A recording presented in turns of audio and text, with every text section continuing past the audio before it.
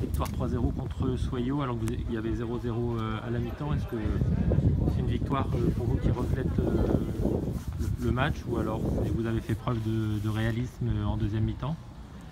Disons qu'en première mi-temps, on a eu quelques occasions qu'on n'a pas concrétisées, notamment au début, puis après ça s'est un petit peu équilibré.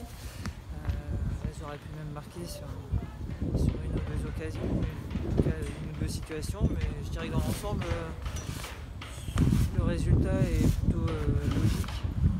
On a quand même montré de la maîtrise collective. En deuxième mi-temps, on était un petit peu plus efficace, on a eu moins d'actions, mais par contre, on a marqué. Ce qui nous intéressait, c'était de repartir avec les 3 points. On est plutôt satisfait. Okay. Vous pensiez être un peu bousculé parce que Soyaux a quand même mis de l'impact au milieu de terrain, notamment en première mi-temps et en début de deuxième, juste avant que vous marquiez. Est-ce que vous attendiez à ça? Oui, on s'attendait à cette confrontation-là. On s'était préparé à ce que ce soit dur et compliqué. Là, ils ont proposé du jeu, ils nous ont posé des problèmes.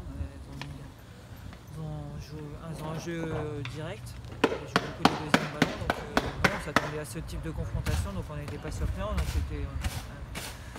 s'était préparé à ça, donc après voilà, on a mis un peu de temps à décanter le résultat, mais je dirais que dans l'ensemble, on n'était pas surpris, en tout cas ça fait preuve de réalisme, mais aussi on a quand même produit pas mal de jeux, après on a eu du mal dans les 30 derniers mètres. Et pourquoi vous avez eu du mal justement dans les 30 derniers mètres? Parce qu'on a manqué un peu de justesse technique dans la dernière passe. Plusieurs fois on aurait pu lancer une joueuse, je pense, dans la profondeur avec un peu plus de justesse technique, mais le terrain n'est pas simple à jouer aussi. D'accord. On a vu une grosse prestation de Clara Matteo qui a marqué 2 buts. On a vraiment le sentiment qu'elle a franchi un palier depuis le début de la saison et surtout depuis sa convocation en équipe de France. Oui, après on retient souvent que celle qui marque, mais il y a un gros travail d'équipe derrière et elle concrétise le travail de toute l'équipe. Après, effectivement, cette année, elle est un peu plus buteuse que les années précédentes. Donc, je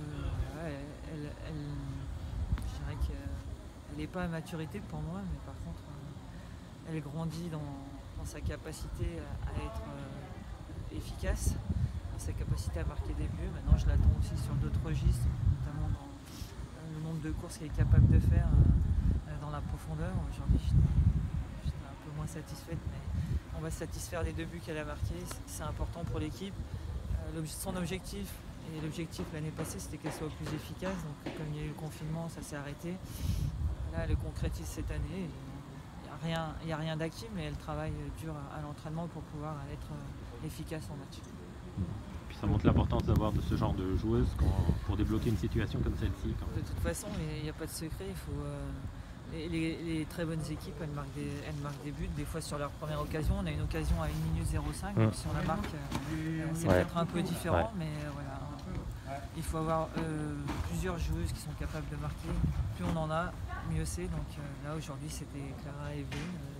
Des fois c'est d'autres, mais c'est vrai que c'est nos 2 buteuses à l'heure actuelle, quasiment régulièrement sur tous les matchs. Bien. Merci beaucoup. De rien.